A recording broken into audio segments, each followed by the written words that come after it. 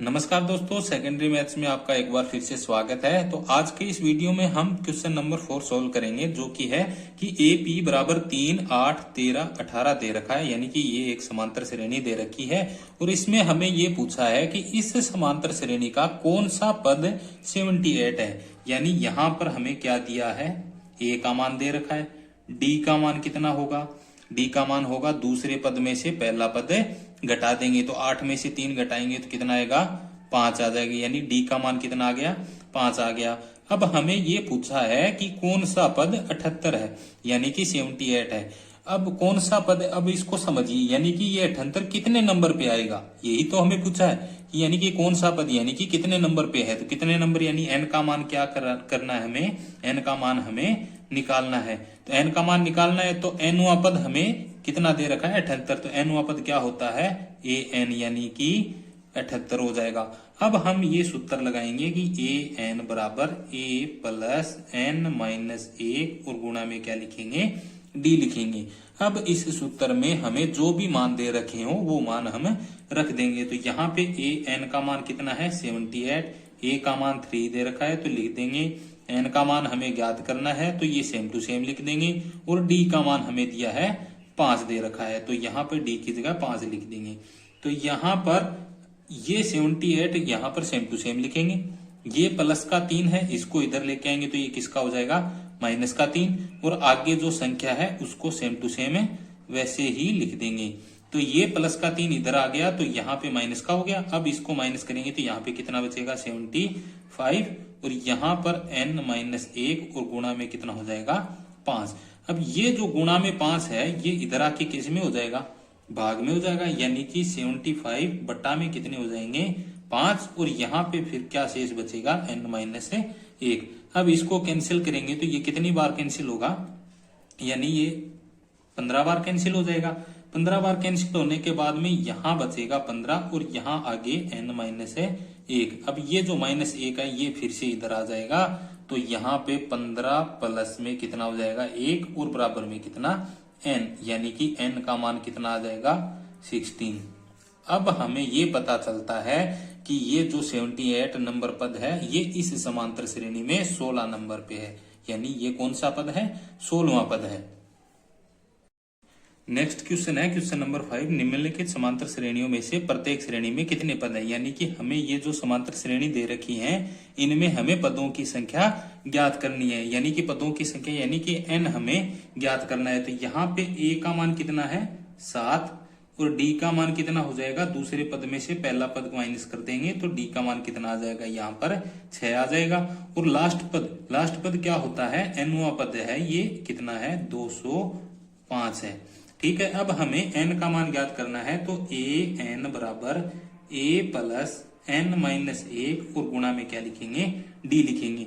तो जो भी हमें मान दे रखे हैं वो मान हम इस सूत्र में रख देंगे। तो ए एन का मान कितना है, 205 है, बराबर a का मान 7 दे रखा है, प्लस n का मान हमें ज्ञात करना है और d का मान हमें 6 दे रखा है। तो यहाँ पर ये जो प्लस का 7 है ये इधर आके किस में हो जाएगा, माइनस में हो जाएगा।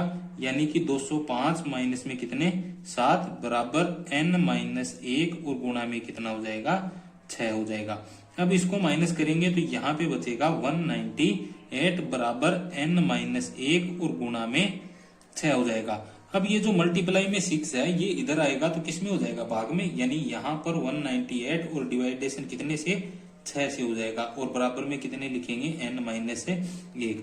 अब 198 में भाग देंगे कितने का, 6 का भाग देंगे तो 6 का भाग देने पे कितना आएगा, 33 आएगा, और बराबर में कितना हो जाएगा, n माइनस 1 हो जाएगा। जो माइनस का 1 है ये फिर से इधर आके किस में हो जाएगा, प्लस का। तो 33 प्लस में 1 और बराबर में कितना, n, तो n का मान कितना आ जाएगा, 34 आ जाएगा। ऐसे ही हमें इसे सरल करना है। तो यहाँ पे a का मान कितना है, 18 है, d का मान दूसरे पद में से पहला पद घटा लो, यानी दूसरा पद ये कितना है, 15 से ही 1/2 है, तो इसको सरल करेंगे तो 30 और 31 बटा में 2 हो जाएगा। 31/2 माइनस में कितना, 18 बटा में 1। तो यहाँ पर इसको सरल करने पे ये कितना आएगा, माइनस का 5 बटा में 2 आएगा। ठीक है, यानी ये किसका मान आ गया, डी का मान आ गया।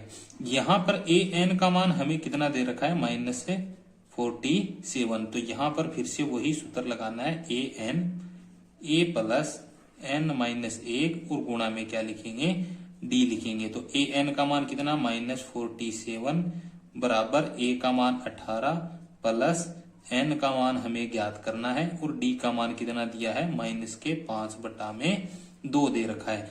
अब पहले ये जो प्लस का 18 है इसको इधर लेके आएंगे, तो प्लस का 18 इधर आके किस में हो जाएगा, माइनस का, और आगे सेम टू सेम n-1 और गुणा में लिखेंगे 5/2 जो कि है माइनस का।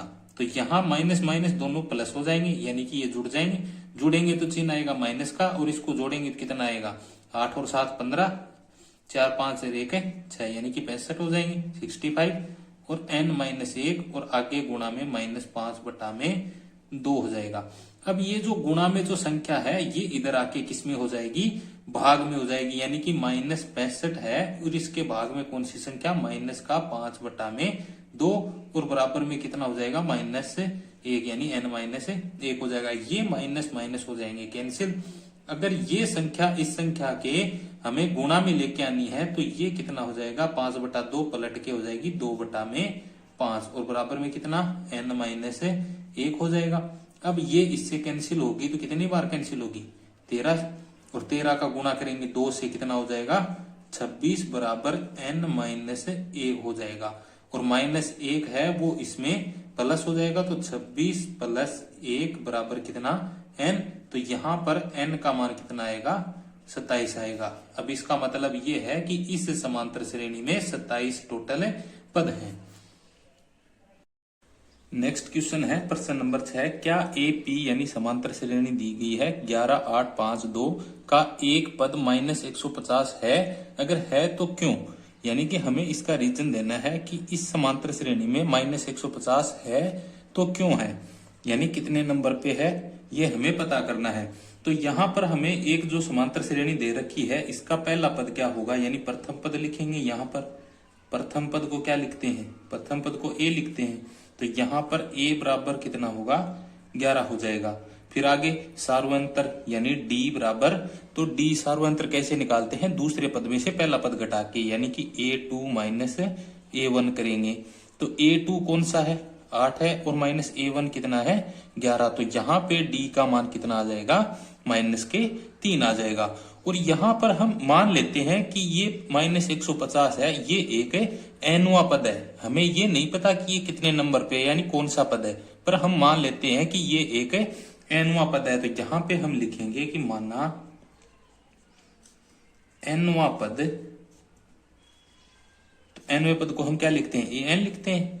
nवां पद an कितना है, -150 है, ठीक है, यानी कि nवां पद an 150 है जो कि माइनस का है। तो यहां से हम वो सूत्र लगाएंगे, n पदों की संख्या ज्ञात करने का सूत्र, an बराबर a प्लस n-1 और गुणा में क्या लिखेंगे, d लिख देंगे। तो यहाँ पर जो भी हमें मान दे रखे हैं वो मान इस सूत्र में रख देंगे। यहाँ पे an का मान कितना है, -150, तो यहाँ लिखेंगे।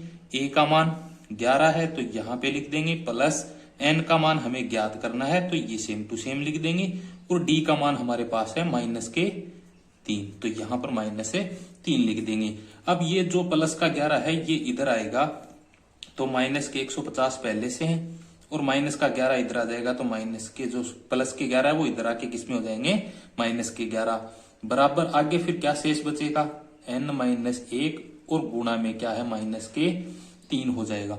अब ये दोनों माइनस माइनस के हैं, तो माइनस माइनस की संख्या, यानी जहां पर एक समान चिन्ह हो वहां पर संख्याएं क्या हो जाती हैं, जुड़ जाती हैं, और चिन्ह वही सेम आ जाता है। यानी ये माइनस और ये माइनस है, दोनों के दोनों ऐड हो जाएंगे, ऐड होके कितने होंगे, यहाँ पर 1 6 1 यानी 161 हो जाएंगे, और चिन्ह किसका आ जाएगा, माइनस का आ जाएगा। बराबर यहाँ पे हमारा कौन सा पद चल रहा है, n-1 और गुणा में क्या है, -3 है। अब जो ये n-1 के गुणा में -3 है, इसको यहां से हटाएंगे तो ये इधर आके किस में आ जाएगा, भाग में आएगा, यानी -161 और बटा में माइनस का कितना, 3, और आगे कितना बचेगा, n-1।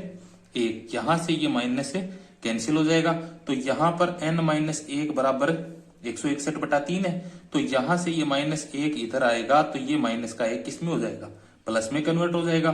तो यहां पर 161/3 जो पहले से है और प्लस में कितना हो जाएगा, 1 हो जाएगा, और आगे कितना बचेगा, n। यानी इसको हम सरल कर लेंगे तो किसका मान आ जाएगा, n का मान आ जाएगा। तो यहां से इसको सरल करेंगे तो ये कितना आएगा, 164/3 आएगा, और ये किसका मान, n का मान। अब इसमें इसका भाग देंगे, यानी 164 में 3 का भाग देंगे तो कितना आएगा, n का मान निकालने के लिए 164 में 3 का भाग देने पे कितना आएगा, ये आएगा 54.666, ऐसे आगे चलती जाएगी। यानी n का मान एक पूर्ण संख्या नहीं आई है, यानी कि n का मान एक पूर्ण संख्या आने पर ही वो पद हम ज्ञात कर सकते हैं।